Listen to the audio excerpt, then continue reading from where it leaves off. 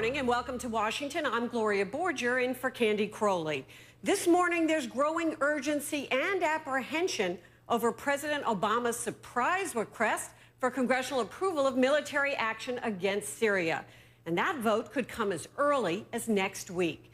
Now, the U.S. military says the delay won't jeopardize its plans, but this morning, members of the Syrian opposition complained that the delay will embolden the Syrian regime. And in a possible sign that's already happening, Reuters reports Syria's state newspaper is now trumpeting what it calls an historic American retreat. Next hour, we'll get a briefing from the UN chemical weapons inspectors. But just now, Secretary of State John Kerry told me that the U.S. has new evidence the Syrians used sarin in the August 21st attack that killed at least 1,400 people, including 426 children. I spoke with the Secretary just minutes ago. Mr. Secretary, thank you so much for being with us this morning. I have to say that it was a surprise yesterday when the President announced that he was going to seek congressional approval for military action in Syria. Can you tell us now whether this administration is prepared to act even if Congress votes no? Well, we don't contemplate that the Congress is going to vote no, Gloria. I believe this case is powerful and grows more powerful by the day. I can share with you today that blood and hair samples that have come to us through an appropriate chain of custody from East Damascus, from first responders, it has tested positive for signatures of sarin. So each day that goes by, this case is even stronger. We know that the regime ordered this attack. We know they prepared for it. We know where the rockets came from. We know where they landed. We know the damage that was done afterwards. We've seen the horrific scenes all over the social media, and we have evidence of it in other ways, and we know that the regime tried to cover up afterwards. So the case is really an overwhelming case, but the President really felt very strongly that the Congress of the United States weighing in makes our nation stronger in whatever action we take. But doesn't it worry you that you have put this heavy responsibility on a Congress that is notoriously paralyzed and divided? We have confidence. There are good people in the Congress of the United States. I know they've been politically, it's been difficult, but this is a matter of national security. It's a matter of the credibility of the United States of America. It's a matter of upholding the interests of our allies and friends in the region. Jordan, which is threatened by what is happening, Israel, Turkey, Lebanon, all of which, as I said the other day, are just a stiff breeze away from chemical weapons being used. I mean, there are huge interests here. And in the long term, Gloria, you know, what we may or may not have to do if we cannot find a peaceful resolution with Iran, or what we need to do with North Korea. All of these things are part of a continuum of decision-making that is made in foreign policy, and we believe the Congress of the United States will recognize that responsibility and do what is right. But, Mr. Secretary, the head of the Council on Foreign Relations, for example, says that, in fact, President Obama has gone, these are his words, from leading from behind to not leading by going to Congress. He says that it raises doubts about the United States' reliability and determination. Can I get your response on that? Absolutely. Of course you can. The fact is that the President of the United States is leading, and he's leading very powerfully, and he's leading in the right way. If he didn't do this, I can hear all of the critics saying, why didn't the President go to Congress? Why didn't the President? He could have asked. He had time to ask. It didn't make a difference to the, I mean, all of why these didn't he? arguments But then they could ask, why didn't he go sooner? The President made his decision first, and he announced his decision. His decision is that he believes the United States of America should take military action to deter Assad from using these weapons and to degrade his capacity from doing so. Now, that's the President's decision. But he wants the Congress of the United States to weigh in. No matter what Congress does. He has the right to do that no matter what Congress does. That is his right, and he asserted that in his comments yesterday. But the President believes, and I hope we will prove to the world, that we are stronger as a nation, our democracy is stronger, when we respect the rights of the Congress to also weigh in on this. And since it is not an emergency overnight, as we saw in a place like Libya, where people were about to be slaughtered, since we have the right to strike at any time if Assad is foolish enough to engage in yet another attack, we believe that it is important, before this takes place, to have the full investment of the American people and of the Congress. Well, what are you telling the Syrian opposition now, who was they're clearly counting on military action sooner rather than later, and now it's been delayed? Well, sometimes the wheels of democracy require us to take an extra day or two to provide the legitimacy that our founding fathers contemplated in actions that we take. And I talked yesterday with the president of the Syrian opposition. I believe he understands that America intends to act, that we are going to continue to support the opposition, that we may even, as a result of this, be able to provide greater support to the opposition and do a better job of helping the opposition to be able to continue to fight against the Assad regime. I think that they will be stronger, we will be stronger in the end. And it's amazing to me to see people suddenly standing up and taking such affront at the notion that Congress ought to weigh in. I mean, I can hear the complaints that would have taken place if the president proceeded unilaterally, and people said, well, why didn't he take the time to consult? But, Mr. Secretary, it seems that I think the questions are being raised because it seems that from the onset of this, over the last couple of weeks, it seems that the president was poised to take action sooner rather than later. You came out and said it matters if nothing is done. It does matter, Gloria. None of that has changed. So people are raising questions. Why didn't he decide to go to Congress immediately if it was so constitutionally because important? The president needed to gather the evidence and have asked me and others to make judgments and ultimately to make the case to the American people. Did he conclude that he didn't have enough political support in the country to go it alone that way? Absolutely not. The President of the United States asserted yesterday, that he has the right, and I believe he has that right. But the President made, I think, a very courageous decision.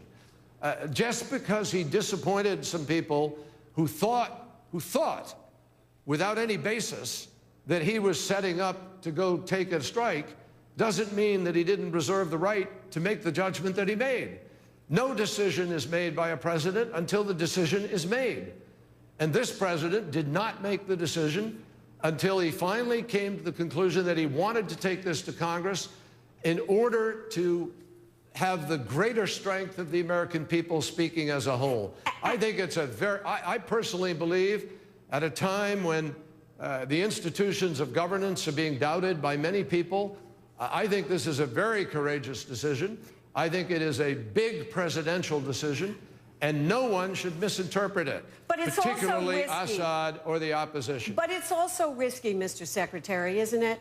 I mean, the risk is if Congress were, and I know you don't expect this, but if Congress were to vote no, and then the president were to strike, wouldn't that set up a constitutional crisis? The president has the right, and he has asserted that right, that he could do what's necessary to protect the national security of the United States at any point in time.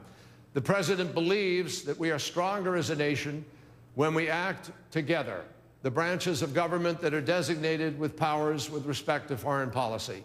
And so the president has made his decision. And he courageously went out yesterday and announced his decision to the nation and the world. He believes that this outrageous attack by Assad merits the United States joining with others to stand up and defend the international norm with respect to the prohibition of the use of chemical weapons. The president announced that decision, and now he has asked the Congress of the United States, representing the American people, to join with him in that decision. Mr. Secretary, and we are stronger as a nation when that happens. Let me ask you about our coalition. When you were running for president in 2004, you said that in Iraq, we should not have relied on what you called a coalition of the few. Isn't that what we have here right now? Well, I think we have a coalition of more than a few, but this is a situation that is going to grow as the evidence comes out. That's another reason why the president believes there is a value in going through this process. I've talked with a number of nations who have offered to be helpful. No decisions have been made about what shape that will take, but I believe that there are many. The Arab League has already spoken out. Voices as far away as Japan, New Zealand, Australia, other places have spoken out. I think the world takes enormous affront at this incredible abuse of power, this attack on decency and incredible crime against humanity. I think voices will grow over the next days as people see the evidence. And that evidence is becoming more powerful every day. As I mentioned to you, we now have the additional evidence of the signatures of sarin gas from the first responders in Damascus. Is this from the United Nations? Is this from the United Nations? No, or? This is independent. This came to the United States. It's independent. But it is confirmation of the signatures of sarin. And so the case gets stronger by the day. And I believe the case for action will grow stronger by the day. And now I want to bring in CNN's chief international correspondent, Christiane Amanpour, who's in London, and Fareed Zakaria, the host of Fareed Zakaria GPS, who joins us from Istanbul. Let me go to you first, Fareed. It certainly sounds like the secretary is saying that even if Congress votes no, the president would use some type of military force against Assad. Do you think that's a wise decision? I think the decision-making has been so confused and muddled that it is difficult to put the word wise in front of anything they're doing right now.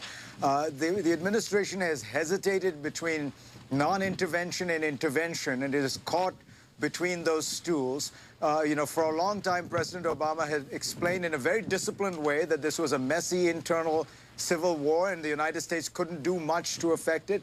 But now, all of a sudden, this has huge implications for American interests spanning North Korea, Iran, the entire credibility of the United States.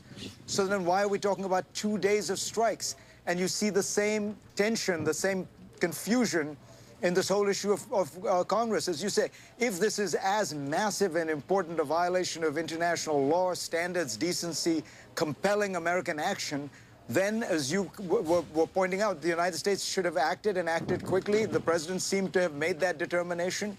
And then all of a sudden, he wanted it both ways on this one as well. So I think that you have these two confusions between intervention on the one hand and non-intervention and trying to have it both ways, and on the presidential authority and congressional approval. And in both cases, the administration seems to want to have it both ways, but it can't. Christiane, both ways? They want to have it? Well, Gloria, here's the thing. It's generally assumed and viewed that none of the world leaders have made a compelling public case for the strategic necessity of stopping the carnage in Syria over the past 2.5 years. Now things have changed and the bar is raised by international law because weapons of mass destruction have been used, and that is a crime, as you heard Secretary Kerry said, against humanity. It's the most egregious crime under international humanitarian law. But now both President Obama and Secretary Kerry have made very strong cases over the last couple of days. And in your interview, Secretary Kerry was incredibly strong. And I would be really surprised after that if the United States doesn't go ahead. I think, though, what's really important at the moment is what's being viewed overseas. The Syrian opposition is saying that right now, as we speak, this delay is being met by the Assad regime moving people out of harm's way, moving military and other personnel, putting them, they say, into civilian places like schools. That would be incredibly complicated when it comes to targeting. Also, in Syria and amongst Hezbollah, all of those people today are celebrating what they are describing as U.S. capitulation in the face of their strength. That is the kind of stuff they do in this regard. So that's what's happening right now on the ground. And Fareed, is there any way that you can see the president emerging from this cleanly?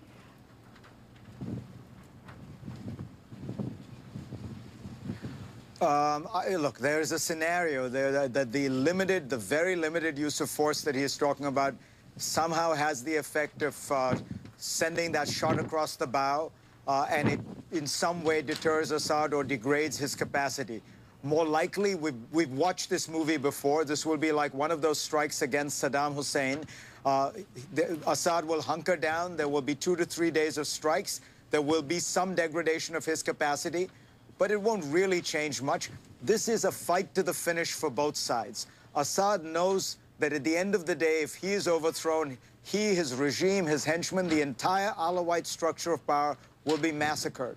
The people who are now insurgents, the people who are rebelling against Assad, also know that he's going to kill them. So this is a fight to the finish. In the midst of that 2 days of cruise missile strikes, you know, as Christian points out, in circumstances where Assad has had the ability to move a lot of stuff, tough to see how it makes much of a difference. Okay, Christian and Fareed, thanks so much for being with us. And Fareed will be back at the top of the hour.